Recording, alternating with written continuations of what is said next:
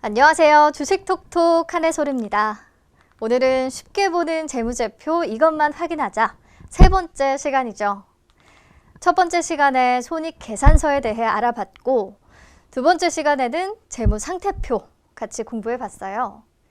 지난 시간 공부했던 내용 이렇게 한 장으로 정리해 드렸었는데 기억 안 나시는 분들은 참고해서 보시고요. 오늘은 이어서 재무 비율 몇 가지 같이 살펴보겠습니다. 마찬가지로 키움증권 영웅문 0919 기업분석 화면에서 스냅샷 맨 밑에 위치한 파이낸셜 하이라이트 표고요. 이 표에서 부채 비율부터 ROE까지가 재무 비율에 해당한다고 말씀드렸잖아요. 그런데 재무 비율에서는 부채 비율과 유보율, ROE 이렇게 세 가지 정도 체크해 보면 되겠습니다. 먼저 부채 비율, 지난 시간에 잠깐 설명하기도 했는데요. 부채 비율은 쉽게 말해서 회사의 빚이 어느 정도 되느냐를 보여주는 지표죠. 그래서 기업의 재무 안정성을 판단하는 데 사용되는 대표적인 안정성 지표인데요. 부채 비율은 부채 총계를 자본 총계로 나눈 뒤 100을 곱한 값이에요. 내 돈 대비 빌릴 돈이 어느 정도인지를 나타내는 거죠. 그렇다면 부채 비율은 낮을수록 좋을까요? 높을수록 좋을까요? 너무 낮지도 또 너무 높지도 않은 적절히 부채를 잘 활용하는 게 좋다고 말씀드렸었어요. 부채 비율은 보통 한 100% 정도가 적당하다고 보고요. 200%가 넘어가면 조금 위험하다고 평가합니다. 그러면 모든 기업에 이 기준이 해당하느냐? 그렇지는 않습니다. 지금부터가 중요한데요. 회계상 부채로 취급되는 것 중에 대표적인 것이 선수금입니다. 선수금이란 거래처로부터 주문받은 상품 또는 제품을 인도하거나 공사를 완성하기 이전에 그 대가의 일부 또는 전부를 수취한 금액을 말해요. 우리가 뉴스 보다 보면 현대건설이 사우디 플랜트를 수주했다 이런 내용 자주 접하게 되잖아요. 그러면 보통 미래 특정 시점에 공사를 시작하기로 하고 그 대가를 미리 받게 되는데 그 미리 받은 돈이 바로 선수금입니다. 그래서 조선업이나 건설업 같이 수주를 하고 선수금을 미리 받는 구조의 산업은 부채 비율이 일반 제조업 산업군보다 높게 나타날 수밖에 없겠죠. 선수금이 다 부채로 잡히니까요. 그리고 또 은행이나 증권업의 경우에는요. 예금과 적금이 모두 부채로 잡히거든요. 그래서 또 부채 비율이 높을 수밖에 없어요. 그럼 이럴 때는 적정 수준을 어떻게 확인하느냐? 동종 산업 간 다른 기업과 비교하는 것이 적절하겠죠. 그리고 또 중요한 한 가지, 부채 비율은 어떤 한 시점에서 평가하기보다는 시간 흐름에 따라 판단하는 게 좋습니다. 예를 들어 똑같은 시점에 A기업은 부채 비율이 150%, B기업은 100%라고 해봅시다. 이럴 때 단순히 B기업의 부채 비율이 더 낮으니까 재무 구조가 B기업이 더 안전하다고 할 수 있을까요? 그렇지 않다는 거죠. 수익성은 일정하다는 가정하에 만약 A기업은 부채가 해마다 줄어들어서 300%에서 150%까지 감소된 상황이고 B기업은 해마다 부채가 늘어나면서 50%에서 100%로 증가한 상황이었다면 어떨까요? 사실 A기업은 재무 개선을 이뤄내고 있는 모습인 거고 B기업은 부채가 늘면서 재무 구조가 악화되고 있는 위험한 상태라는 판단이 서죠. 그래서 특정 시점에 절대적인 수치로 비교를 하면 안 된다는 겁니다. 그런데 여기서 한 가지 더요. 그렇다면 부채 비율이 늘고 있으면 무조건 안 좋은 기업일까요? 부채를 적절히 늘려가면서 수익성을 극대화시킬 수도 있는 거잖아요. 이때는 대표적인 수익성 지표인 ROA를 같이 봐주세요.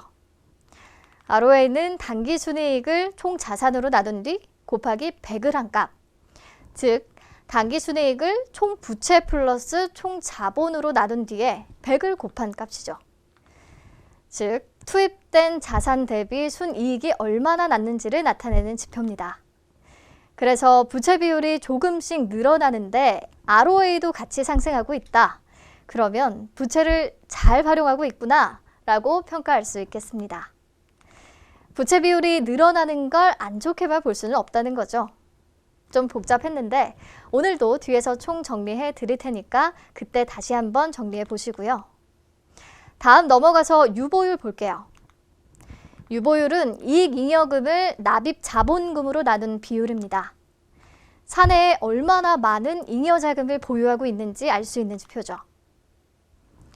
유보율 관련 내용도 지난 시간에 이미 언급했었어요. 이익잉여금이 배당과 무상증자를 할 수 있는 재원이 된다고 말씀드렸죠. 그렇다면 유보율은 낮은 것이 좋을까요? 높은 것이 좋을까요? 이번에는 명확히 높을수록 좋습니다. 단순히 생각하면 잉여금, 말 그대로 회사에 남아도는 돈이 많은 거니까 만약 회사가 위기에 처한다고 해도 대처할 자금 여유가 생기고 또 주주들에게 배당도 많이 할 수 있는 여력이 되겠죠. 반대로 유보율이 낮거나 마이너스인 회사는 당장 위기가 닥치면 진짜 큰일이죠. 해결할 자금 여력이 없으니까요. 아마 자금이 진짜 급히 필요하면 유상증자를 할 거예요. 주주들로부터 자금을 받고 주식을 더 찍어내는 거죠. 그래서 왜 유상증자 한다고 공시가 뜨면 주가가 큰 폭으로 하락하는 경향을 보이잖아요. 투자자 입장에서는 이 회사가 자금 여력이 없구나, 재무 구조가 안 좋구나 라는 판단을 보통 하게 되기 때문입니다. 반면에 지난 시간에 이익잉여금이 많으면 대가 없이 주식을 주주들에게 더 나눠주는 무상증자를 실시할 가능성이 높다고 했어요. 남아도는 돈이 많으니까 주주들에게 좋은 일도 하고 회사 주식 가치도 올리고 하는 거겠죠. 그래서 결론적으로 유보율이 낮은 종목은 유상증자를 할 확률이 높다라고 볼 수 있겠습니다. 그러니까 유보율도 굉장히 중요한 재무 비율 중 하나죠. 그럼 어느 정도의 유보율이 적정 수준이냐? 일반적으로 500% 이상이면 나쁘지 않다고 보고요. 마이너스면 더 볼 것도 없이 바로 버려야 하는 종목이 되겠습니다. 네, 다음 넘어가서 ROA 볼게요. ROA는 단기 순이익을 자기 자본으로 나눠서 100을 곱한 값입니다. 이 식 자체가 투자자 입장에서 ROE를 따져봐야 하는 이유입니다. 식 다시 보면 ROE는 회사가 자본을 투입해서 얼마의 순이익을 올렸는가를 보여주는 지표죠. 예를 들어 기업을 세우는데 한 주에 5,000원으로 주식을 나눠주고 총 500만 원의 자금을 모았다고 해봅시다. 그러면 기업의 자기 자본은 500만 원이죠. 그리고 1년간 사업을 열심히 해서 벌어들인 순이익이 50만 원이다. 그럼 ROE는 50 나누기 500 곱하기 100 해서 10%가 됩니다. 즉 주주들이 500만 원을 투자하면 순수하게 50만 원은 벌 수 있다는 얘기예요. 수익률이 10%라는 거죠. 그렇다면 만약 ROE가 시중 금리보다 낮은 기업이라면요. 이론적으로 주주들은 그 기업에 투자할 가치가 없는 거죠. 은행에 맡기면 2% 이자를 받을 수 있는데 굳이 수익 못 내는 회사에 투자할 이유가 없는 거잖아요. 그렇다면 ROE는 어느 정도가 좋냐? 연평균 10에서 15% 이상을 꾸준히 유지하는 기업이 제일 좋은데요. 여기서 유지라는 단어가 중요해요. 왜냐하면 ROE는 유지되기가 어려운 지표거든요. 자, 예를 들어서 A기업이 2018년에 자기 자본 100억을 투입해 당기순이익 20억을 벌어들였다라고 합시다. 그러면 ROE는 20%가 되죠. 그런데 2019년에도 똑같이 당기순이익이 20억이라고 하면 그때도 ROE가 똑같이 20%일까요? 아닙니다. 당기순이익은 자기 자본에 누적되는 돈이거든요. 그러니까 2018년도에 자기 자본은 100억이고 당기순이익이 20억이었다면 2019년에는 100억에 20억이 플러스 돼서 자기 자본이 120억이 되는 거예요. 그러니까 2019년 ROE는 20%가 아니라 20 나누기 120 곱하기 100 해서 16.6% 정도가 되겠죠.